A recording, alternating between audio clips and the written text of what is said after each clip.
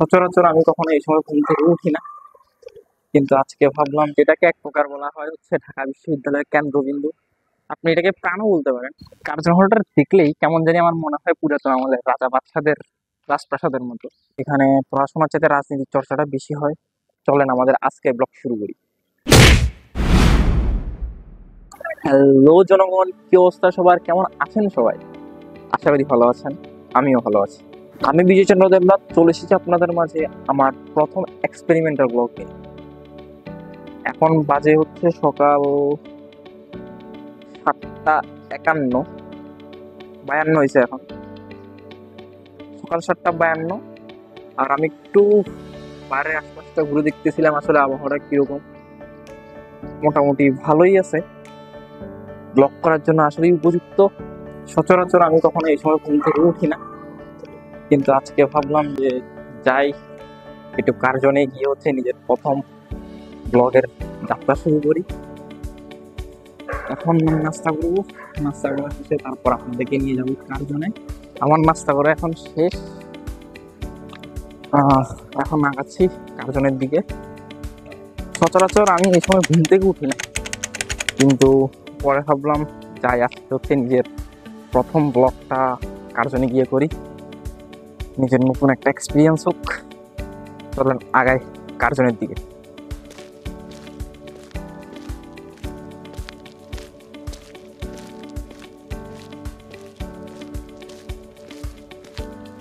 চলে আসছি এখন টিএসসিতে, যেটাকে এক প্রকার বলা হয় হচ্ছে ঢাকা বিশ্ববিদ্যালয়ের কেন্দ্রবিন্দু।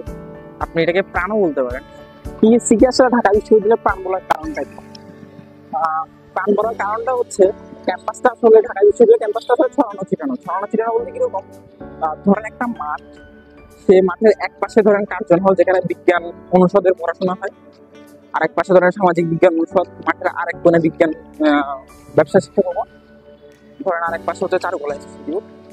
তো আসলে সব জায়গাটাই হচ্ছে মাঠের মাঠের চারপাশে হচ্ছে বিভিন্ন ধরনের ডিপার্টমেন্ট, আর মাঝখানে হচ্ছে টিএসসি, যেখানে হচ্ছে ছাত্র শিক্ষক থেকে শুরু করে সবাই এসে হচ্ছে তাদের সংস্কৃতি চর্চা, জ্ঞান চর্চা, তারপর ধরেন আড্ডা, চা খাওয়া, নানা ধরনের রাজনৈতিক আলাপ আলোচনা এসব করে থাকে।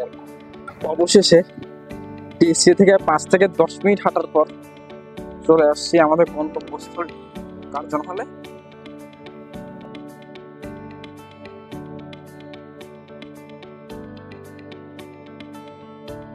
মূলত 1904 সালের দিকে কার্জন হলের ভিত্তিপ্রস্তরটা স্থাপন করা হয়। তৎকালীন সময়ে ভারতের ভাইসরয় লর্ড কার্জন এই ভিত্তিপ্রস্তর স্থাপনের কাজ করেন। তার অধীনে মূলত এই কাজটা করা হয়। লর্ড কার্জনের নামানুসারে আসলে কার্জন হলের নামকরণটি করা হয়।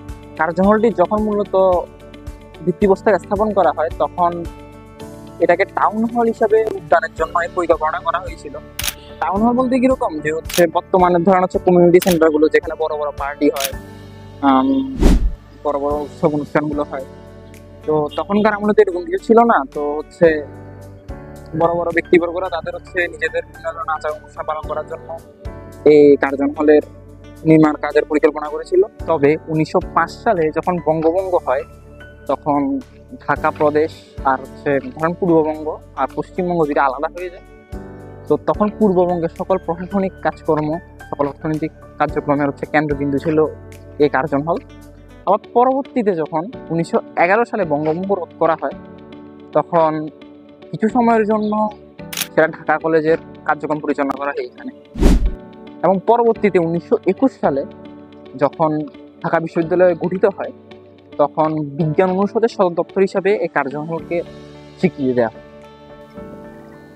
সবচেয়ে মজার বিষয় হচ্ছে এটাই যে যখন আমি হচ্ছে ঢাকা ইউনিভার্সিটি ভর্তির জন্য অ্যাডমিশন টেস্টের প্রস্তুতি নিচ্ছিলাম তখন বিভিন্ন ধরনের ছবি আর ভিডিও দেখে ভাবতাম হচ্ছে যে ঢাকা বিশ্ববিদ্যালয় মানে হচ্ছে যে হচ্ছে এই কার্জন হলটাই। কিন্তু পরে যখন আমি ঢাকা ইউনিভার্সিটি চান্স পাওয়ার পর হচ্ছে ক্লাস করা শুরু করলাম, কার্জন হলে আসলাম, তখন আসলে বুঝতে পারলাম যে আসলে ঢাকা বিশ্ববিদ্যালয়ের শুধুমাত্র বিজ্ঞান অনুষদের ক্লাসটা এখানে হয়। কার্জন হলটা দেখলেই কেমন জানি আমার মনে হয় পুরাতন আমাদের রাজা বাদশাদের রাজপ্রাসাদের মধ্যে। আপনি দেখলেই বুঝতে পারবেন। দেখেন এই যে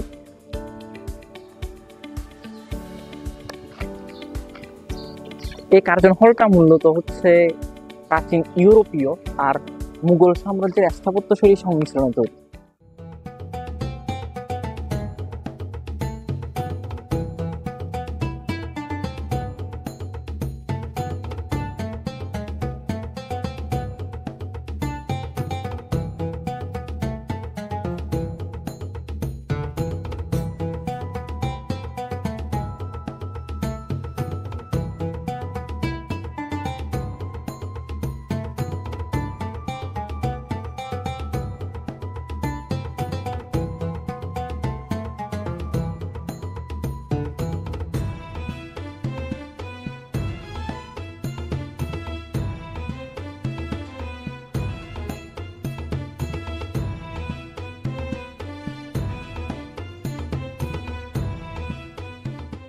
আপনি হয়তো একটু দেখবেন অনলাইনে যদি দেখেন অক্সফোর্ড বিশ্ববিদ্যালয়ের হচ্ছে যে গঠনশৈলীটা অনেকটা এরকমই, তাই বোধ হয় ঢাকা ইউনিভার্সিটিকে বলা হয় হচ্ছে প্রাচ্যের অক্সফোর্ড।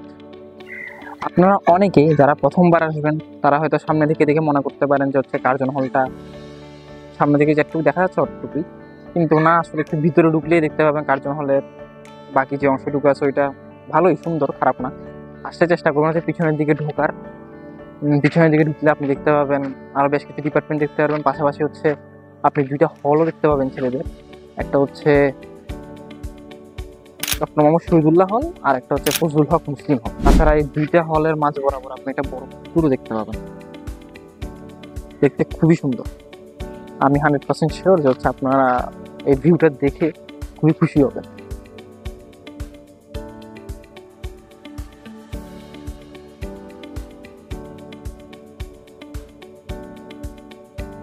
আজকে ক্যাম্পাসটা বন্ধ হওয়ার কারণে মোটামুটি আমার ভিডিও করতে ভালোই সুবিধা হয়েছে। এমনিতে যখন অন্য সময় ক্যাম্পাস খোলা থাকে তখন হচ্ছে বহিরাগতরা যেমন আগে অনেক বহিরাগত আসতো ক্যাম্পাসে, কিন্তু এখন বহিরাগত আসাটা অনেকটা কমে গেছে প্রশাসনের হাতের কারণে। প্রশাসন ভালোভাবে এটাকে মোটামুটি হ্যান্ডেল করার ট্রাই করতেছে।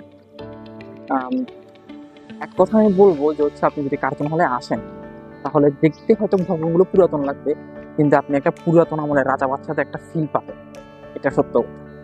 বন্ধের দিনগুলোতে যখন কার্জন হলে আসি আর কি, যখন আসা হয় তখন একটা জিনিস চোখে পড়ে যে হচ্ছে বন্ধের দিনগুলোতে যখন ক্যাম্পাসে কেউ থাকে না তখন নাটক সিনেমা করার জন্য অনেক জায়গা থেকে অনেক লোকজন আসে, নায়ক নায়িকারা আসে।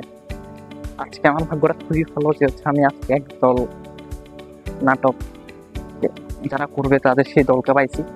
নাটকের নাম হতে হতে যাইতেছে অপেক্ষা। চাইছিলাম দোতলায় উঠতে বেশ কিছু ছবি আর ফুটেজ নিতে, কিন্তু ক্যাম্পাস বন্ধ থাকার কারণে আসলে দোতলার এই গেটটা তালা মারা, এই যে তালা মারা। প্রাচ্যের অক্সফোর্ডকে তো ঢাকা ইউনিভার্সিটির এই কার্জন হলে আপনি বেশ কিছু ডিপার্টমেন্টের স্টুডেন্টদেরকে ক্লাস করতে দেখতে পাবেন। কেমিস্ট্রি, তারপর হচ্ছে বোটানি, সয়েল ওয়াটার এনভায়রনমেন্ট সায়েন্সের মতো বেশ কিছু সাবজেক্ট, ইঞ্জিনিয়ারিং এর বেশ কিছু সাবজেক্ট আছে এখানে। মোটামুটি 10 থেকে 15টার মতো ডিপার্টমেন্টের স্টুডেন্ট এখানে ক্লাস করে। তবে সবচেয়ে বড় কথা হচ্ছে এখানে বড় বড় হল রুমগুলোতে বিশাল আকারে পরীক্ষাও হয়। দিন শেষে আসলে দুঃখ এখানেই যে হচ্ছে প্রাচ্যের অক্সফোর্ড থেকে ঢাকা বিশ্ববিদ্যালয়ে পড়াশোনা করার পরও এখানে পড়াশোনার চাইতে রাজনীতির চর্চাটা বেশি হয়। যদিও কিছু কিছু ক্ষেত্রে এটা ভালো দিক বয়ে আনে, তবে বেশিরভাগ ক্ষেত্রেই এটা হচ্ছে ছাত্রদের মানসিকতার উপর প্রভাব ফেলে, ছাত্রদের পারিপার্শ্বিকতার উপর প্রভাব ফেলে। তবে যদি রাজনৈতিক চর্চা যেরকম ভাবে করা হয় সেরকম ভাবে যদি হচ্ছে পড়াশোনাটাও করানো হতো তাহলে এখনো তো অনেক ভালো ভালো মানুষ বের হয়, তখনও হয়তো জ্ঞানী মানুষদের এখান থেকে পড়াশোনা করে বের হওয়ার সংখ্যা আরো বেশি বেড়ে যাবে। তো পরিশেষে এটাই বলবো যে হচ্ছে ভবিষ্যৎ প্রজন্মের উদ্দেশ্যে বলতেছি, হয়তো জানি না আমি থাকা অবস্থায়, ক্যাম্পাস থাকা অবস্থায় বা আমি বেঁচে থাকা অবস্থায় এই ভবন যখন পুরাতন হয়ে যাবে তখন এই ভবনটা ভাঙবে কিনা। যদি ভবিষ্যতে কখনো যদি এরকম অবস্থা হয় যে ভবনটা অনেক ঝুঁকিপূর্ণ হয়ে গেছে, এটা ভাঙতে হবে, তখন সেই ভবিষ্যৎ প্রজন্মের কাছে রিকোয়েস্ট করবো যাতে হচ্ছে ভবন ভাঙলে ভাঙুক, তবে বর্তমানে যে স্ট্রাকচারটা আছে সেই স্ট্রাকচারের আদলেই যেন হচ্ছে পরবর্তীতে আবার কনস্ট্রাকশনের কাজ শুরু করা হয়। কারণ কি বর্তমানে দেখা গেছে হচ্ছে যে অনেক অনেক পুরাতন স্থাপত্য শৈলী নষ্ট করে নতুনভাবে আধুনিকভাবে তৈরি করা হচ্ছে, এতে করে পুরাতন আমাদের যে হচ্ছে শিল্প সংস্কৃতি ঐতিহ্য ছিল তা ধ্বংস হয়ে যাচ্ছে। তো আমি এটাই রিকোয়েস্ট করব যাতে হচ্ছে যে যখন নতুন করে কনস্ট্রাকশনের কাজ শুরু করবে তখন যেন এই স্ট্রাকচার যেটা আছে সেটা যারা থাকে, সেটা হচ্ছে আমাদের শিল্প সংস্কৃতি ঐতিহ্য, আমাদের ঢাকা ইউনিভার্সিটির যে শিক্ষা শত বছরের ঐতিহ্য সেটা ধারণ করে যেহেতু কার্জন হয়। তাই বলবো যে হচ্ছে ভবিষ্যতে যদি কখনো কনস্ট্রাকশনের কাজ করা হয় তবে এই স্থাপত্য শৈলী আদলে কাজটা করা হোক, যেরকম ভাবে ডিজাইন আছে ওই রকম ডিজাইনে আধুনিক প্রযুক্তি ব্যবহার করুক, বাট এই ডিজাইনটাই যাতে মেনটেন করা হয় ভবিষ্যতে। সো আমার আজকের ব্লগ এখানেই শেষ। পরিশেষে এটাই বলবো যে ভালো আপনাদের থাকতেই হবে, কারণ আমার নেক্সট ভিডিও তো দেখতেই হবে আপনাদের, তাই না? তো সে অবধি সবাই ভালো থাকবেন, সুস্থ থাকবেন।